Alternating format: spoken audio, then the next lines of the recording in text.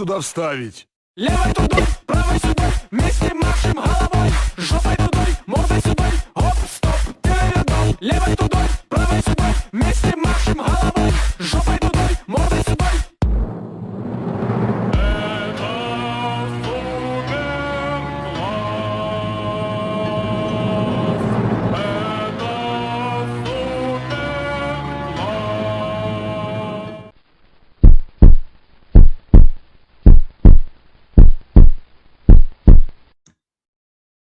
Hello and welcome to Castle's Corner. I'm, of course, Coach Castle, and we're joined, as always, with Mr. Matt Orton. And today we're going to be talking about, specifically, protein. We're talking about amino acids, pre-workouts, and maybe a few other things will get thrown into the mix, but basically how, why, and when. So, Matt, why don't you kick us off with your recommendations for protein, and then I'll take it after you. Okay, I always loved using a whey protein, and I always take that within 30 minutes, not within 10, not within 20, but 30 minutes to an hour after I get done working out. Just because your body is starved after a good, hard, intense workout. And the thing is, if you take that with an unsweetened almond milk and frozen fruit, you have the perfect anabolic cocktail, because that's the whole goal of your post workout, is to keep your body from going into catabolic state. So I love that. I always take a pre-workout about 30 minutes before. That way your body, while I'm slowly warming up and that sort of thing, getting my body ready to work out, because it helps with focus. It does. And the amino acids, again, your body is going catabolic. Everybody thinks you grow at the gym. No, you're breaking your muscles down. And that's just how it goes. It takes nutrition, recovery, sleep. Nutrition, recovery, sleep for your body to adapt and grow. So I always take pre-workout with a multivitamin, and then I take my post-workout after. Those are just kind of like my big thing. I've been Well, doing let me, it. if I can, let's unpack some of that, because I mean Yeah, that's a lot. I So just said a whole mouthful. yeah, let's unpack that. Let's start with let me start with just protein. Okay, let me see what I can do with protein here. So just with the protein alone, as you guys know, there's lots of different kinds of protein powders, and I mean it's not even necessary to have a protein powder for that matter. It's not actually needed. Protein is slow digesting. Say you have I don't know, an 8-ounce steak 2 hours before your workout, you will still be digesting that during your workout and after your workout. Typically what your body is starving for after a workout, by the way, as you pointed out, it's not actually protein. It is actually, as a matter of fact, carbohydrates or glucose. But even if your body does not immediately get those carbohydrates or glucose, your lactic acid gets cycled through your liver and it gets turned back into glucose, which goes back into your muscles. It's pretty cool, actually, pretty cool process the body has for that. But just back to protein. So there's whey protein, there's whey isolate protein, there's casein protein, soy protein, rice protein, pea protein, and hemp protein. Yeah. There's also egg protein and egg white protein. Those are the ones I'll just briefly cover, very briefly, and I'm only really going to get into detail about like 3 of them. So number one, whey protein. Whey protein is one of the most researched things on the market. It's very well understood. The only issue most people seem to have with whey protein, whether they know it or not, is the lactose in it. So the whey protein is made from milk, basically, the skimmings of milk. I mean, we're not going to get to the process, but it's made from milk. So it has lactose, and just about all humans are intolerant to lactose to some small degree. So if you're having whey protein and you're feeling indigestion or trouble bloating or anything else like that, it's because of the lactose in it 9 times out of 10. So how do you avoid that? You avoid it by having a whey isolate protein powder. Now, the whey isolate protein powder, it just gets processed a little bit more, and it's, whatever you want to say, cleaner. It doesn't have as many, let's just say milk stuff in it. So you can have that and you won't suffer the same kind of digestion, even though it does have just a little bit of lactose in it still. If you are severely lactose intolerant, I wouldn't recommend that. The next one I would recommend, in case you didn't know, by the way, I just recommended whey isolate as the number 1. I would recommend that there. Number two, and that's by the way, because it is the most bioavailable protein. I don't really want to get into bioavailability too much today, but it's the best or most bioavailable protein. The second best, in my opinion, would be the egg protein. This is protein made entirely from eggs, so egg white and egg yolks. And the benefit to this is it has all 9 amino acids, which the body cannot produce by itself, including leucine, Jesus Christ, leucine, which has a large benefit to building muscle, let's put it that way. That in itself is good. You can also do the egg white protein. They have all kinds of different types of them, egg white crystals, egg white powder, they're all really good. Then you have the hemp protein. I don't actually know that much about hemp because there's not been that much studies or research to it, but it does seem to be pretty bioavailable. It does seem a good alternative. You also have the, I forgot to mention casein. Give that about protein. 5 years. Yeah, give that some time. It's the new kid on the block. Yeah, but I have high hopes for it, as a matter of fact. But anyways, sure. Onward, I forgot to mention casein. Casein, I would like to speak briefly about this one. This is one I like a lot. So casein is another whey-based protein, but it's made a little bit different, and it kind of clumps in the stomach in terms of like a gel. So it takes between 10 to 12 hours to digest. The benefits to this is if you're like me and you get hungry during the night, if you have a casein protein shake before bed, it keeps you feeling full for longer. So I just want to get that out of the way. It's great for people who have trouble with hunger cravings and stuff like that, or just ongoing hunger. A casein shake will help a lot with that. But again, that is dairy based. And the last two I would mention are the pea protein and the soy-based protein. I would really consider those very bottom of the tier list. And that goes to bioavailability, basically how the body is able to digest it. So a lot of you guys have seen the documentary Game Changers. Not Doug's documentary, guys, don't confuse the names, not the biomechanics one, the vegan one, where they're saying all this nonsense about vegan foods and they're misrepresenting the studies and they're just straight out lying in some cases. One of the things they don't talk about is the protein consumption. Something like they made an example of, I believe 1 cup of legumes is the equivalent to 8-ounce filet. I could be misrepresenting that, but it's something like that. No, you're right. They both have 40 grams of protein in them. And I'm like, yeah, sure, on paper, that is the case. However, as a human, the steak, you will absorb and digest all of that protein and amino acids. The legumes, you will not. You will only get 15 or 20 grams of protein actually digested from that. So it's a significantly less amount, but they don't talk about that. I will. And it's the same thing for the protein powders. It's the same thing. So if it says you're getting 40, you're getting a lot less than 40 because of bioavailability. And then, you're actually getting about 22.5. Once it all totally breaks down and it gets absorbed by the body. And that, everybody, I'm going to unpack what he means by bioavailability. That's what you get to absorb. Basically, how much you process, how much you're able to actually digest. And moving forward to just the protein timing, it briefly touched on it, but a lot of people, for some reason, think you should do a protein shake before you work out. I don't follow that logic. Doesn't make sense, especially if you're taking a pre-workout. I'll get to that in a second. But I would not recommend a protein shake before you work out unless you're doing it as a meal, in which case I would say do that roughly an hour before you work out, because that's essentially how long it'll take you to digest. Now, that being said, after your workout, it doesn't make that big of a difference when you have your shake. If you want to get super technical and every little percentage out of it that you possibly can, you would want it within 1 hour of your workout. But again, that's kind of an on paper thing. The body doesn't really work that way technically. As long as your body's got food and protein and carbs in it, it's digesting it. After a workout, when you deplete the glucose in your muscles, your body wants carbs. That's a great time to give them quick digesting carbs. But the thing is, people overdo it all the time. I ate 2 bags of gummy bears or I had 10 Pop-Tarts. Why would you do that?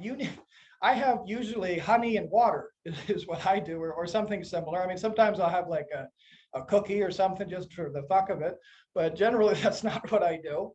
But anyway, so that's protein in a nutshell.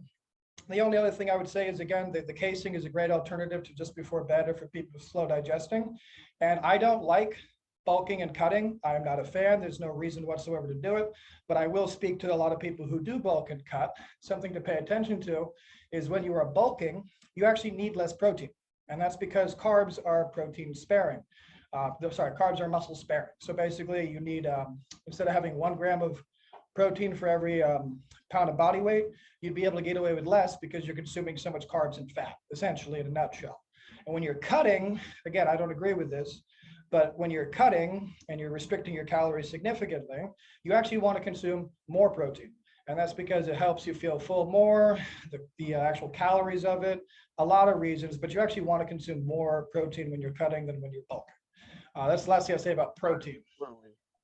You got anything else to add about protein before we move on to pre-workouts? No, not really. I mean, we pretty much hit it. Okay, I don't really bulk and cut either, unless I don't really cut until I get ready for a show.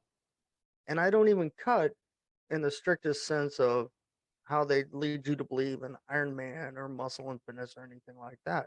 Mhm. You know, you're supposed to know, okay, if I carry around 160 or 170 pounds and I'm 4% body fat. So if I'm 185, like I am now, then I'm carrying higher body fat. That doesn't take away from, and guys, don't get into the journals of, oh my gosh, you have to do it this way, like Chris Bumstead on this tiny little diet, Oh, or I disagree Stallone for strongly with that. Rocky Four. You're going to get sick. And if you're not going to be on the cover, I mean, I've been in Iron Man and other muscle magazines.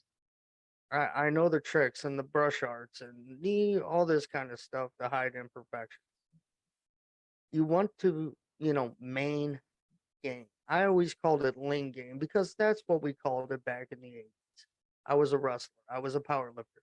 Take your 1 gram per body weight of protein, good solid protein.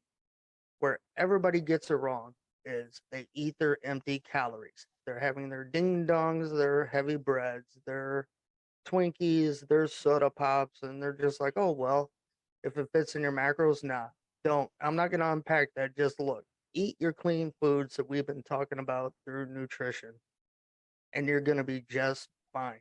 It's just like Castle said, you don't want to sit there and eat before you go work out because your body's just going to feel logged and bloated and you're going to feel sick. That's just how it goes. You want to fuel the fire, not, put it out and that kind of stuff. Yeah, just real quick to do a quick unpacking of just that statement alone. The reason for this is when you have food too close to your workout, or just you have a really big meal like 2 hours before your workout, you're still full of that. Now that means a whole lot of blood is actually going towards digesting that food. Could be towards warming the food and digesting it, for example, if you had something cold. But moving forward on top of that, during your workout, something's going to happen where you go hypoglycemic, it's called, but basically just your blood sugar tanks and you feel like throwing up and you get nauseous and shit. That's very common to occur. Well, again, not if you don't eat right before Oh, your no, no, no, no, workout. no. I'm shaking my head because I'm diabetic and I'm scared of everything there's. Oh yeah, you know all about that. Yeah, you know all Yeah. about that. But anyways, so that. Timing is important. Mhm. So that's one of the things. But again, I mean, we're going to get to pre-workouts now, so I'll lead with this, I guess. As far as pre-workouts are concerned, you have to have an empty stomach in order for the pre-workout to work out efficiently, number one. And number two, caffeine takes between 30 to 45 minutes to peak in your bloodstream. So you have to think about that kind of timing when you're taking your pre-workout. And then the other thing I would add, the pre-workouts, I mean, we're going to dig into it now, I guess, but the amount of caffeine in the pre-workout, it doesn't make as big as a difference as you think, number one. And number two, another thing about the More of a caffeine. placebo effect. Yeah, and another thing about the caffeine as well is if you have like a cup of coffee in the morning, cup of coffee at noon, and then a pre-workout before you hit the gym, a lot of things happen. So number one, those 2 cups of coffee you had beforehand are really going to like dilute the effect that pre-workout is going to have on your physiology. It's really going to dumb it down. You're not going to notice it as much. Oversaturated with stems. Yeah, so that's number one. Number two, caffeine has an average half-life between 6 to 8 hours. So what that means is if you're planning on going to bed and you actually want to go to sleep, you don't want to have caffeine 8 hours before bed. And I would argue actually 12 hours. I don't have caffeine 12 hours before bed. But I'll actually lead into my next point is I do not like pre-workouts. I don't feel that they're necessary. I always add with this that I have taken them many times. I went like 6 years where I took one before every single workout. Couldn't figure out why I always felt sick and why they didn't work because I was an idiot. But anyways, I know now. It's been a very long time since I had pre-workouts. My pre-workouts are a little bit different. We'll get into them in just a second. I'd like to hear your recommendations first, actually. Then we'll get into my recommendations. But as for pre-workouts themselves, you will need a pre-workout if you're exhausted, if you're fatigued. Here's the thing I'd like to mention. If you are lacking desire to go to the gym, you need to check yourself as if it's a lack of desire or if you're actually fatigued, because you might be needing a day off. You might actually need to recover instead of forcing yourself to go to the gym. There's a very fine line. This is the time to talk about it, but there's a fine line between knowing you need a day off or you need to force yourself to go to the gym. That's an entire segment in itself, Well, actually. that's 100% correct. I mean, I was a Yeah. combat intel paratrooper for the Marines, and we did not go 100%, or even 80% 7 days a week. We didn't. We had our body's rest time and our R&R time, and Top Gun's in the big thing now. So those fighter pilots are not. Your adrenaline would just blow up, and you'd be done. You have to time that. There's a difference. They used to call it overtraining, and you don't. You always want to make sure you get your rest time. That's one thing I really like about your brig is you're doing a 3-on-1 off, 3-on-1 off. I always do, depending Each on my muscle, schedule. I was gonna I'll say do each a muscle 3-on-1 group has off. 4 full days to recover. You have Oh, 4 that's full days right. to recover each muscle That's group. right. I'll either do a 3-on-1 off or a 3-on-2 off, depending because of my disabilities. There's times I have to take off just because my body won't let me do a scheduled workout, but I still come down and do a little something. Let's just do a whole segment on this, because this is I could talk about this for a long time. I cover this all the time with my clients. It's literally one of the things I talk about frequently, because they're either worried they're not doing enough, or they're worried they're doing too much. So I have to, it's like a whole hour lecture I do with my clients, but we'll try to cover it like a half-hour segment on here. We'll try to go over it, because it's very important to understand That's if you right. need a day off or if you need to force yourself. There's a Oh, big, absolutely. we're not going to get into it. Let's just get into pre-workout recommendations from you. Let's just say So for for me, pre-workout, yeah, for I'll me, I would just just like say, to say that there should be establishing whether you're taking them or not taking them, a time and a place, and you certainly don't need them every freaking workout. Absolutely not. I would just like to say that out of the basket here. well, you brought up a good point. If you've eaten and that's within 2 hours, you don't need a pre-workout. You're burning the heat energy for those calories already, in your digest. So you've already got, if you ate the good food you're supposed to, you've already got plenty of nutrients and amino acids to carry you through. But if you're doing, say, a mid-afternoon and you're between lunch and dinner and, or first thing in the morning and you haven't eaten, a pre-workout will help. But I don't just take a scoop of, Andy's pre-workout, and just go from there. I always kind of break it in with my pre-workouts or like beta alanine for the energy, the actual little bit of it along with multivitamin. Because with the spinal cord injury and the nerve damage, you don't know what's going to affect what and how. So if you always stick with the plants and the roots, and the clean foods, your body knows exactly what to do with it. It just does. So I don't really recommend going and taking 2 scoops of whatever the pre-workout powder is with the nuclear warhead on the paper for the cover. I don't. I always say you take your foods and you make them do what you want. Yes, I got to take the multis, I got to take the fish oil, but guess what? As somebody who's training, you should too. Your body wants that stuff. Your body wants the essential amino acids, but and that's what you put into your pre-workout. So if all things considered, you're primed to go, then this will help carry you through your workout. If you're starting to feel a little lethargic because you're training too fast, too hard, and it's hot outside, or you didn't warm up correctly, or whatever the case may be, you're just having a bad day. It doesn't matter. If your nutrients are right, you're gonna be okay. So okay, let me back up a little bit of what you said to start with, I guess. So for starters, a lot of people I feel try to compensate for having a bad diet or a shitty sleep schedule by taking pre-workouts. And I'd just like to stress one more time, this is not a compensation strategy. This is not something that works. If seriously, if you didn't sleep the night before and you're just dead set on doing your workout, I would tell you you'd be much better off taking that hour you're going to do your workout and taking a nap. I really would. I would tell you to take the nap. I would say take the day off of the gym, take a nap instead. Sleep is so incredibly important. It's not even funny. So don't try to compensate taking a pre-workout because you're tired. And believe me, I used to do it. I'm the king of it. I was the king of it. And I'm telling you now, listen to me, something from experience, don't do it, because then you get in a vicious cycle of having too much caffeine, not letting you sleep, not sleeping, having too much caffeine, and it fucks up your life. I'm not even going to get into it, but it fucks up your life. So don't do it. So just first, make sure your food's in order, make sure your sleep's in order. And now let's get to my points. My points are people take pre-workouts for more intense workouts, for better focus during their workouts, and they also take them for vasodilation or getting a better pump during their workouts. This is why pre-workouts are taken. So first thing I'd like to say is I understand there are many, many hundreds of studies on how important the pump is for muscle growth. I would also like to say that most of these are inconclusive. I would say that the pump is very, very, very, very minimally important for inducing actual muscle size and growth. And yes, It's I more know of a psychological thing. Yes, It really is. It's a psychological, oh my gosh, look at me. I wish my vein was bursting out like this all the time. a small benefit to it is it does stretch the tissue that surrounds the muscle and will sometimes create little micro tears in that tissue. It's called the facet tissue.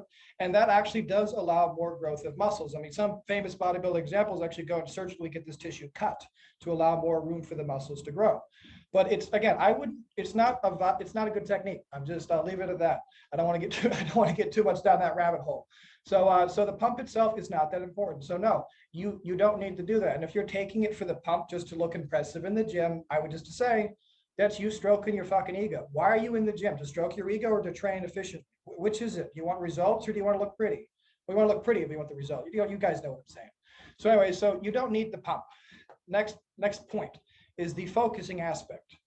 Well, again, hopefully you guys are doing the biomechanically correct exercises. And if you are, it's very easy to focus on them. They're straight lines. They're very easy movements to understand. Once you've done them a few times, you know you don't have to vary them. You get very good at them.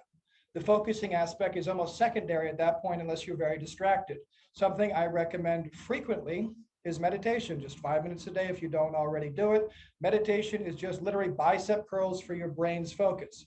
5 minutes of meditation daily far surpasses pre-workout, which by the way is like $40 a thing of useless powder. I mean, really it is in most cases. Now, some pre-workouts are very effective at these things of the focus enhancement.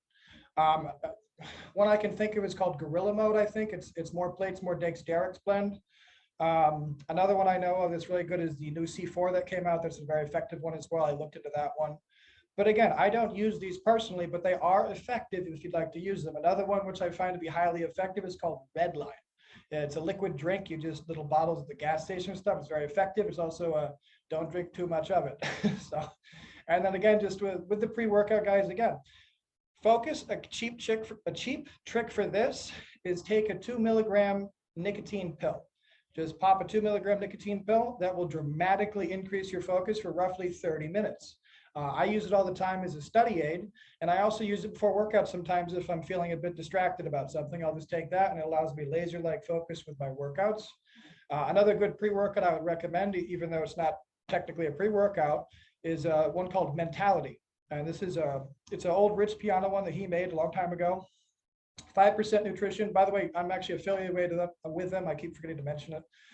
Code would be new brick in all caps lock. If you want to order something from them, you get like 20% off or some shit. But anyways, Mentality. It's a great product by Rich Piana. It has literally everything you would need for the pump, for the, I'm not trying to sell this, by the way. I'm not trying to sell this, guys, but it's a great one. I use it on a daily basis almost. I use it first thing in the morning as my coffee, as a matter of fact. But that's also because the first 3 hours of the day is usually my studying and research phase of the day. I like to be very focused. This is actually what I take it for. I don't take it before the gym, but it's a very good one to take before the gym, actually. And again, I would just say a big part of exercise in general is misunderstood. You do not want to be in the gym wildly swinging weights. You don't want to be huffing and puffing like a maniac. Then your breathing is not correct. You're not going to be getting efficient results because you're going to be reducing the amount of volume and force you can generate because you're not breathing right. That's because you're not focusing on your breathing. If you're using momentum and you're swinging shit around like a lunatic, you're not training effectively. Again, these are the things that people who take pre-workout tend to do. That you won't see somebody taking pre-workout and then doing a set of very controlled, slow motion, alternating bicep curls. You just generally won't see that. You'll see them, oh, yeah. That's kind of the silly shit you see. Cameron Diaz and what happens in Vegas when Ashton Kutcher put all that pre-workout and all that caffeine in her morning drink. So you see her, she's at a board meeting and she's sweating and she's smiling and her eyes are darting all over the place and she cannot settle for nothing. And everybody's just sitting there looking at her like. Now, does that sound, and that's a very accurate depiction of what pre-workout does to you. The thing people go in there, they think they're having this super intense focused workout. They are not. They're not. And if they actually tracked their progress, they would see that regardless of whether they had taken the pre-workout or not, they would have had the same workout in most cases. And in lots of cases, the pre-workout actually fucked up their focus. Really, it screwed it up. And they're all jittery and they're shaking there, and they could have got more reps. They could have got more volume. They could have done better. But hey, they're fucking over there tweaking out. They're not focused. So I'm not a big fan of pre-workouts. I always sound like the hokey guy, the voodoo whatever guy, but guys, just meditate a little bit. During your workouts, you should be doing them slow and controlled with very precise movements. You should be focusing on doing things correctly and breathing correctly. You shouldn't be going, doing all this shit. That's counterproductive to what you're trying to do. What did I'll I give miss you on an that? example. Yeah. I mean, even while I was on the Marine Corps powerlifting and all that kind of thing, and in the IFBB, the guys I would train around, and these were Vince Taylor, Sean Ray, Lee Labrada, the guys that were competing in the Olympics. And they never took this, I need to, this like a rabbit. Oh my God, oh my God, oh my God, oh my God. No, and I talked to some of the guys who were actually there when they were filming Pumping Iron with Arnold. And all that swinging that they would do, they're doing it for the camera. They're not, they did everything so controlled and just like we would march and be very rhythmatic. On the natural side, all my Olympia colleagues, none of us swing anything. That's just it. I'll be doing a video soon. I mean, honestly, probably this week, guys, but it's going to be on momentum and why you should not use momentum and what momentum actually does. I'll be doing that sometime this week, probably, just so you all know. But I would just like to point out again, something else that you just pointed out, a couple things, all having to do the same thing, is these people, just like me, just like Matt, just like you guys, they have to make money. And they have to put their name out there and they have to be seen and viewed. That's how you're successful. So in case you didn't know, they'll sell anything. They'll put their face on anything. They'll talk about how they take it every day. Do you think they've ever actually taken it? No. And then they'll do a commercial the next month for a competing agency. Same, but taking it for 7 years. You know who's a famous example I use all the time? It's Ronnie Coleman. Ronnie Coleman is, and again, I respect him for what he did, but he's a fucking dumb fucking liar. And I have no problem saying that, okay?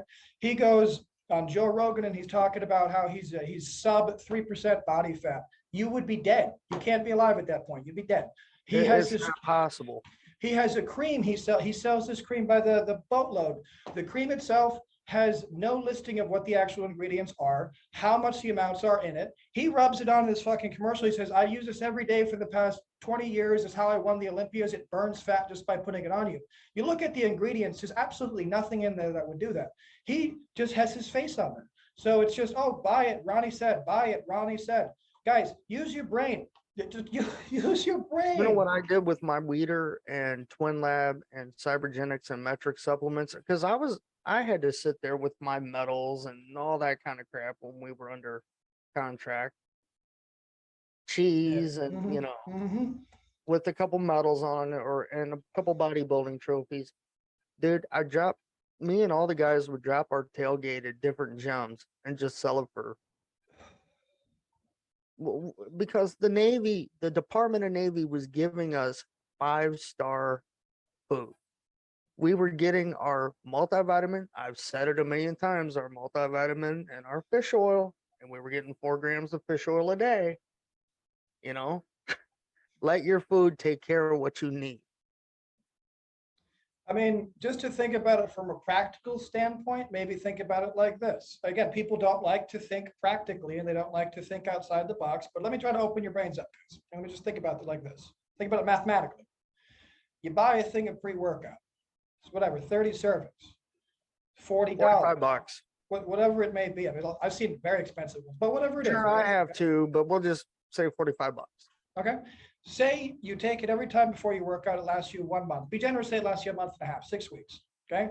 That's awesome. Now, in 6 weeks' time, you spent whatever, $8 a week for that, and your workouts probably suffered. Honestly, again, they probably suffered, or at best, they were identical. Okay, you can feel whatever you want, but your feelings are not valid. Sorry. In case nobody told you, nobody cares about your feelings. They care about facts. But anyways, not today's culture. But anyways, so moving forward, if you do not do that and you simply take 5 minutes a day and you meditate, focusing on your breath, as I recommend, and you do that every day, that benefits every single aspect of your life, including dramatically increasing your focus in the gym, ability to regulate your mood, and ability to regulate your food cravings, and many, many other things. So which makes more sense, 5 minutes of breathing meditation in the morning or spending money on this C4? What makes more sense? Spending your money on whole eggs and liquid egg whites and these things, or continuously drinking protein shakes all day. Now, by the way, I won't knock drinking protein shakes all day because you have to do it sometimes if you're very busy, but it should not be your immediate go-to. Just because a whey protein shake is extremely bioavailable, it's very good for you, and so is egg protein, doesn't mean you should do it every meal. You should still be trying to get solid food. The reason It's for this, called a supplement because it supplements your nutrition. well, again, but a whey protein shake, it is food. It's just partially pre-digested course. food. That's all it is, but it's still food. But it does digest much more rapidly, unless it's casing. It does digest much more rapidly than eating a steak. So you'll get hungry a hell of a lot faster. Now, this is a good thing if you have to get a lot of protein like me. You need like 250 grams of protein a day. Protein shakes are awesome. I usually have 2, maybe 3 every day. But I try not to. I try very hard not to. I just get busy and I have to. You know, I'm with a client, I got to be drinking one or whatever. It is what it is. But anyways, let's start wrapping up here, Matt, I guess. Why don't we give out some of our best tips for pre-workout and protein drinks, maybe some of our favorite ones, and then we'll give it an end. Okay. I never really have a fan favorite for protein shakes. I look at them as a tool. You know, I like Titan. I like Dynatize, you know, that kind of thing. Yep.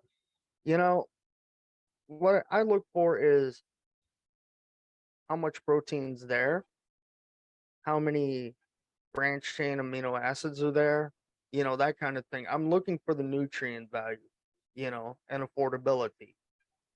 Because just because I work with supplement companies doesn't mean I get them for absolutely free. I'm not IFBB Mr. Olympia. I'm natural Mr. Olympia. But I always love Animal Pack and fish oil. Those have been around since the 80s.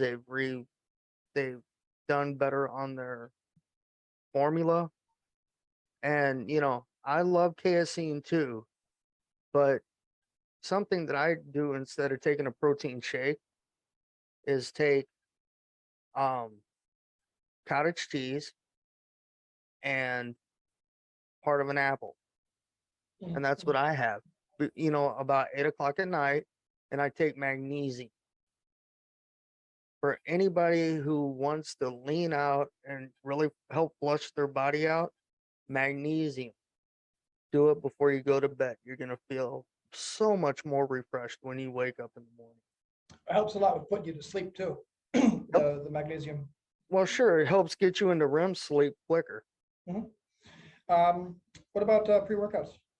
Pre-workout, like I said, I make my own, you know, and I always use some kind of vitamin. So I like to take amino acids and water and that kind of thing, because I'm looking at it, because I don't take stems to begin with.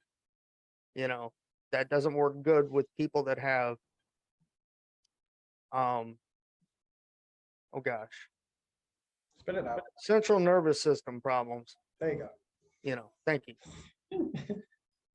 The stems, high caffeine, just don't work well with Gulf War syndrome and that kind of thing. They just don't. All right, so I guess let me give you mine now. So protein wise, I would always recommend a whey isolate you keep in the house powdered form. I would recommend keeping casing in the house as well, just for before bed, or if you're cutting. It's a great thing to do when you're cutting. Liquid egg whites pasteurized. You can drink them. Easy way to get it, just drink the damn things, make a shake with them. You can put them in anything you're making, put them in your rice, put them in your pasta. You won't Have them in notice my they're there. refrigerator. Yep, they're invisible. They just add just protein. They're basically almost no calories to those things. They're awesome. Next thing I would say about protein is really just try to have it every single meal. Try to eat the protein first. Like I mean, we talked about this before. Try to eat the protein first, have it every single meal, and just always try to plan your day around your protein in the beginning if you're not used to doing that. I like pre-mixed protein shakes, by the way. So I like Fairlife. I like Muscle Milk, the 40-gram one and the 25-gram one. I like the chocolate ones, the banana ones. The Fairlife is great, all flavors actually. Fairlife milk is a great alternative to regular milk, doesn't have the lactose in it, and it's double the protein, half the carbs. The Fairlife shakes are freaking awesome. They taste like chocolate milk. Those are the ones I drink every day. I put them with cereal too, they're awesome. As far as pre-workouts, I would just say EAC stack. That's ephedrine, aspirin, and caffeine, 200 milligrams of caffeine, little baby aspirin or regular aspirin, depending. And then for the ephedrine, just go to the Walgreens, CVS, or pharmacy of some kind, get a Broncaid. It's an asthma medication. It has the ephedrine in it. Only place you could legally get it. I like that. Does great things. It burns fat. It reduces hunger cravings. It allows you to breathe a lot faster by dilating your bronchial tubes. Great for a workout. Nicotine, 2 milligrams, increases your focus dramatically. Actual like pre-made workouts, I would say the mentality I've already mentioned is wonderful. I would also say that the new C4, the Gorilla Mode, and I can't remember the exact name of in Redline, and I can't remember the exact name of it right now. I believe it's Jacked 3D. Whatever one they ever come out with is pretty damn good, generally speaking. That's it for the workout. That's it for everything, I guess, really. So to wrap it up here, I'd just like to remind everybody that I have completed several different sets of flashcards for at-home or in-gym use. I have several different books and a whole bunch of resources for you on my Etsy store. Go to the description. You'll find all of our links to all of our many different things. We have a lot of them. Matt has recently, if you didn't know, started his own YouTube channel. It is, what's it called, Matt? YouTube.com, Morton Adapt Fit. Morton Adapt Fit. And what we're going to do soon is we're going to take all these Adapt Fitness ones on this channel here, Castle's Corner. We're going to put them over to Matt's as well. And if you haven't checked out his channel already, he's already got some pretty cool videos up there, how to work out at home, how to train correctly, even how to adapt correctly under certain circumstances. So check him out if you haven't already. You see him here, you might as well see him there. And of course, when you go to his site, just like here, please leave a like, comment if you have a question, and of course, remember to subscribe and click the alarm bell so that you get all the notifications when we put these videos up. And again, guys, anything we can do to get this information out to more people. We all know how everybody misrepresents information in the fitness industry. Everybody lies to you and tries to sell you crap. We're here to give you the truth, to bring you the unfiltered actual facts. Don't care about your feelings, information, so you can make the most efficient progress as rapidly as possible. So anyways, guys, that's it for today. Remember to tune in next week, and everybody stay hard, stay on your grind, and just remember, you have to do the work. Nobody's going to do it for you. That includes the learning and the research and everything else. It's all on you. So keep doing it. Matt, you got anything? Nope. Well, see you next week. And again, comment. One of us will get back to you. All right, guys, that's it. Stay hard, everybody.